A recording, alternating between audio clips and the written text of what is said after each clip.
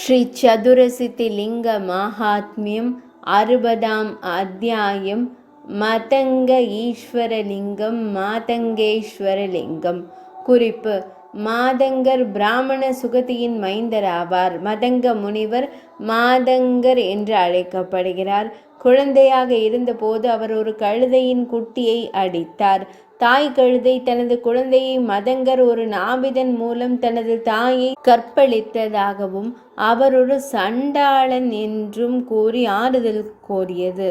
அதனை கேட்ட மதங்கர் தவம் செய்வதன் மூலம் பிராமணராக வேண்டும் என்று தீர்மானித்தார். தேவேந்திரன் அவரை தடுத்து இறுதியாக அவரை மகாகாலவனத்திற்கு அனுப்பினார்.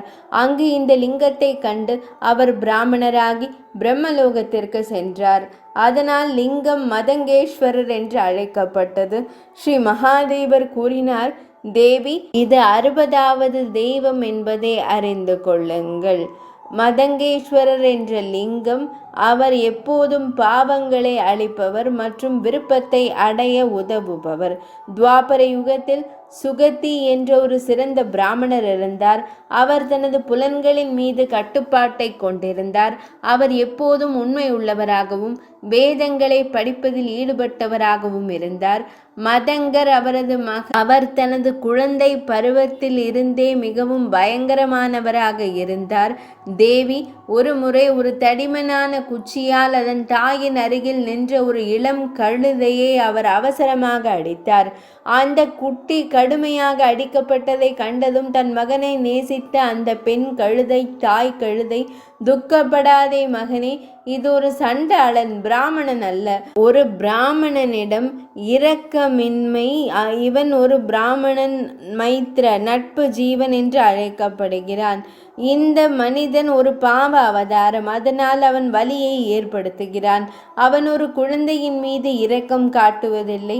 ஒரு மனிதன் எப்போதும் தன் உள்ளார்ந்த குணங்களையே நாடுகிறான். கழுதையின் இந்த மோசமான வார்த்தைகளை கேட்டதும் மதங்கன் அந்த குச்சியை எறிந்துவிட்டு அவளிடம், பெண் கழுதையே, ராசபி, நல்ல குணங்களை கொண்டவளே, எனக்கு கூறுவாய், என் தாய் யாரால் தீட்டுப்படுத்தப்பட்டாள்? நான் ஒரு யாயவர குடும்பத்தில் பிறந்தவன். நீ ஏன் என்னை ஒரு சண்டாளனாக கருதுகிறாய்? நான் எப்படி சண்டாளனானேன்? என் பிராமண பழக்கம் ஏன் தொலைந்தது?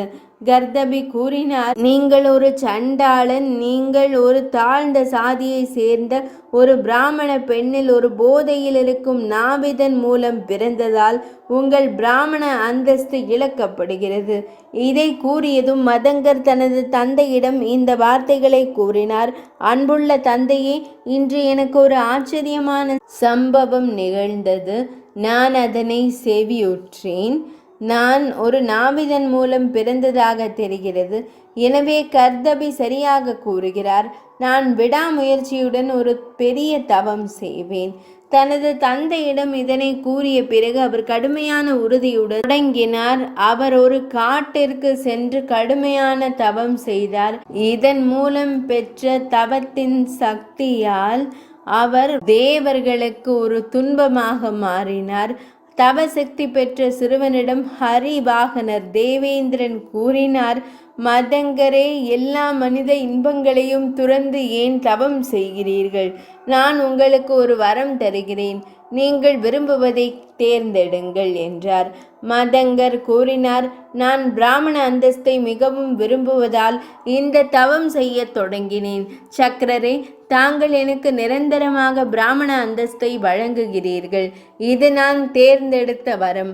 இந்த வார்த்தைகளை கேட்டதும் புரந்தரரான தேவேந்திரன் அவரிடம் கூறினார், தங்களை தாங்களே அடக்கி கொள்ளாதவர்களுக்கு அணுக முடியாத பிராமண அந்தஸ்தை நீங்கள் கோருகிறீர்கள். தீய எண்ணம் கொண்டவரே, நீங்கள் அழிவிற்கு வருவீர்கள். இதை தாமதமின்றி விட்டுவிடுங்கள். சண்டாள கர்ப்பத்தில் பிறந்த ஒருவரால் இதை எந்த வகையாலும் அடைய இயலாது. இவ்வாறு கூறப்பட்டவுடன் ஒழுக்கமான ஆன்மாவும் உறுதியான சபதமும் கொண்ட மதங்கர் 100 ஆண்டுகள் ஒற்றை காலில் நின்றார். அதன் பிறகு மிகவும் புகழ்பெற்ற சக்கரரான தேவேந்திரன் மீண்டும் ஒரு முறை அவரிடம் கூறினார், வீரரே, பிராமண அந்தஸ்தை பெறுவது மிகவும் கடினம். தேவையில்லாமல் அவசரப்பட்டு முட்டாள்தனமாக இருக்காதீர்கள். இந்த வழியில் அதை பெறுவது சாத்தியமற்றது. நீங்கள் நீண்ட காலத்திற்கு முன்பே அழிந்து விடுவீர்கள். எனவே வேறு விரும்பியதை தேர்ந்தெடுங்கள். பிராமண அந்தஸ்தை அடைவது மிகவும் கடினம். இவ்வாறு கூறப்பட்டவுடன் ஒழுக்கமான ஆன்மாவும் உறுதியான சபதமும் கொண்ட மதங்க 1001 ஆண்டுகள் ஒற்றை காலில் நின்றார். பாயா மற்றும் விருத்திரனை கொன்றவர் அதே வார்த்தைகளை மீண்டும் கூறினார். சண்டாள கர்ப்பத்தில் பிறந்த உன்னால் அதை எந்த வகையிலும் அடைய இயலாது. நீ இன்னொரு வரத்தை தேர்ந்தெடுப்பாய். இந்த உழைப்பை வீணாக செய்யாதே. இவ்வாறு கூறப்பட்டவுடன் மதங்கர் மிகவும் துக்கமடைந்தார். அவர் கயைக்கு சென்று யோக பயிற்சி மற்றும் பிராணாயாமம் என்ற கடினமான பணியில் தன்னை ஈடுபடுத்திக் கொண்டு 100 ஆண்டுகள் ஒற்றைக்கால் பெருவிரலில் நின்றார். வெறும் தோல் மற்றும் எலும்புகளாக குறைக்கப்பட்ட பக்தியுள்ள ஆன்ம மதங்கர் மிகப்பெரிய தவத்தை செய்தார். அவர் தவம் செய்து கொண்டிருந்த போதும் அனைவருக்கும் நன்மை செய்பவரும் வரங்களை வழங்குபவருமான வாசவர், அதாவது தேவேந்திரன், அவசரமாக அவரை அணுகி அவரை பிடித்தார். சக்கரரான தேவேந்திரர் கூறினார், மதங்கரே, பிராமண நிலை அன்பானவரே, நல்லவர்கள் அல்லாதவர்களும் பாவம் செய்பவர்களும் பிராமண நிலையை அடைவது மிகவும் கடினம். அனைத்து உயிரினங்களின் யோகக்ஷேமம், நல்லதை பெறுதல் மற்றும் பாதுகாத்தல் பிராமணத்தில் பாதுகாப்பாக உள்ளது. அதை துறந்த பிறகு தங்கள் சுயத்தையே கட்டுப்படுத்தாதவர்களால் பிராமண நிலையை அடைவது மிகவும் கடினமாகிவிடும். வேறு வரத்தை தேர்ந்தெடுங்கள். இந்த வரத்தை அடைவது மிகவும் கடினம். மதங்கர் கூறினார், ஏற்கனவே துக்கத்தால் துயரமடைந்த எனக்கு ஏன் வலியை ஏற்படுத்துகிறீர்கள்? ஏற்கனவே இறந்துவிட்டு என்னை ஏன் கொள்கிறீர்கள்? பிராமண நிலையை அடைந்த பிறகு அதை தக்க வைக்காதவனை குறித்து நான் உண்மையில் புலம்புகிறேன். சதக்ருதுவே, தேவேந்திரனே, மற்ற 3 வர்ணங்களால் பிராமண நிலையை அடைவது மிகவும் கடினம் என்றால் மன்னர் விஸ்வாமித்திரர் ஒரு சத்திரியன் ஆவார். அதை எவ்வாறு தவத்தின் மூலம் அவர் அடைந்தார்? துறவியான மன்னர் விதாஹ்வயர் தவத்தின் மூலம் பிராமண நிலையை அடைந்தார். எனவே நான் துவந்துவத்திலிருந்து, பரஸ்பரம் எதிரெதிர் இணைகளிலிருந்து விடுபட்டு பரிகிரகத்தை, கொடைகளை ஏற்றுக்கொள்வது தவிர்த்து தவம் செய்வேன். நான் அஹிம்சை, புலன்களை கட்டுப்படுத்துதல் மற்றும் உண்மை தன்மையை உறுதியாக கடைபிடிக்கிறேன். பிறகு நான் ஏன் பிராமண அந்தஸ்திற்கு தகுதியானவன் அல்ல? என் தாயார் புரந்தரரே, தேவேந்திரனே செய்த தவறு காரணமாக நான் இந்த நிலைக்கு தள்ளப்பட்டால் அது நிச்சயமாக விதியால் ஏற்பட்டது. பகவானே, நான் விடாமுயற்சியுடன் இருந்தும் நான் பிராமண நிலையை அடையாததால் விதியை மனித முயற்சியால் தடுக்க முடியாது. தேவர்களின் தலைவரே, இதையெல்லாம் மனதில் கொண்டு எனக்கு வரம் வழங்குவது உமக்கு தகுதியானது. நான் ஆசீர்வதிக்கப்பட தகுதியானவனாக இருந்தால், எனக்குள் ஏதேனும் தகுதி இருந்தால், நான் ஒரு பிராமணனாக மாறுவதற்கான வழியை எனக்கு கூறுங்கள். புரந்தரரே, என் புகழ் என்றென்றும் நிலைத்திருக்க முடியும். அதன்படி செய்ய வேண்டியது உமக்கு தகுதியானது என சிரம் தாழ்த்தி தலை வணங்கி தங்களை பிரார்த்திக்கிறேன்.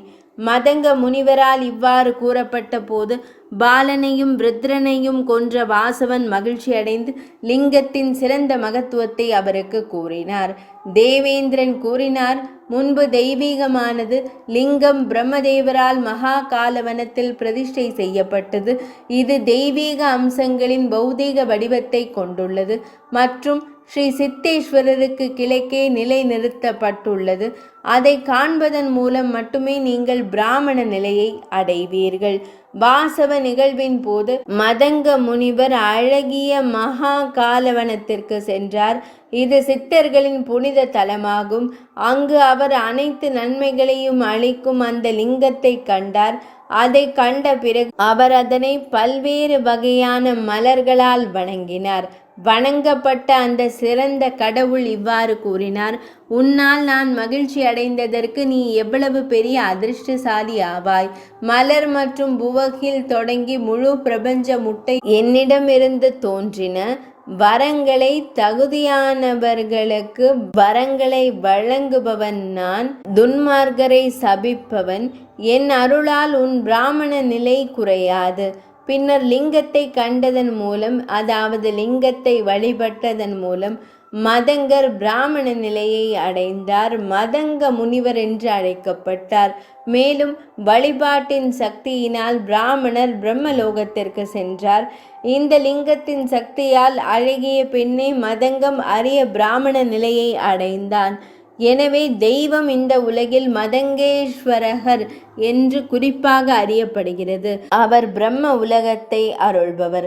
ஒழுக்கத்தின் எல்லைகளை கடப்பவர்கள், ஒருவரின் வர்ணத்தின் வழக்கமான கடமைகளை பின்பற்றாதவர்கள், பல்வேறு வர்ணங்கள் மற்றும் வாழ்க்கை நிலைகளை சேர்ந்த மக்களிடையே சபிக்கப்பட்டவர்களாக கருதப்படுபவர்கள், மத வெறியர்களின் வார்த்தைகளை கடைபிடிப்பவர்கள், தயக்கமின்றி பேராசையை காட்டுபவர்கள், இரக்கமில்லாதவர்கள் மற்றும் பலி நிறைந்தவர்கள், யுத்தத்தில் இரக்கமற்ற செயல்களில் ஈடுபடுபவர்கள், அவை அனைத்தையும் மீறி அந்த லிங்கத்தை காண்பதன் மூலம் ஸ்வர்க்கத்தை அடைகிறார்கள்.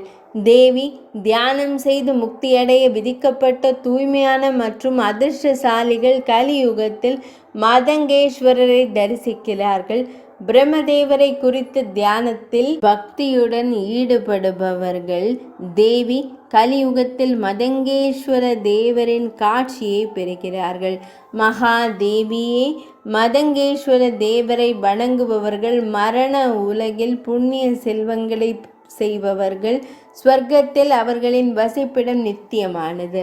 தேவி மதங்கேஸ்வர தேவரின் பாவத்தை அளிக்கும் சக்தி தங்களுக்கு விவரிக்கப்பட்டுள்ளது. அடுத்து சௌபாகேஸ்வரரின் கதையினை கேளுங்கள். 60ஆம் அத்தியாயம் இனிதே நிறைவடைந்தது.